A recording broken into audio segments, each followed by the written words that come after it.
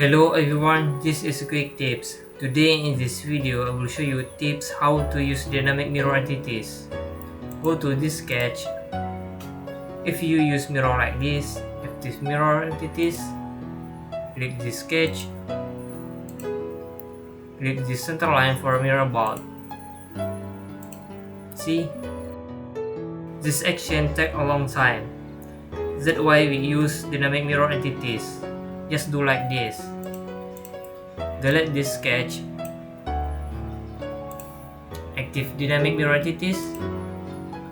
Click the center line and active circle. Click from this point to this point.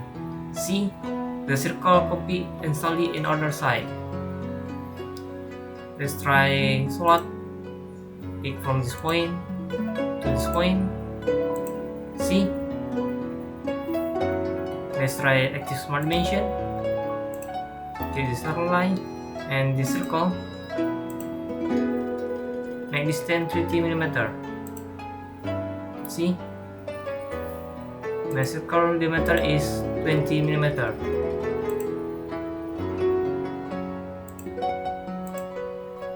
And this slot width is 20 mm. See? And let's try active rectangle. Click from this point to this point. See? Now go to feature, active shortcut, and OK. See? See? Now you know how to use dynamic mirror entities. That is Quick Tips. See ya.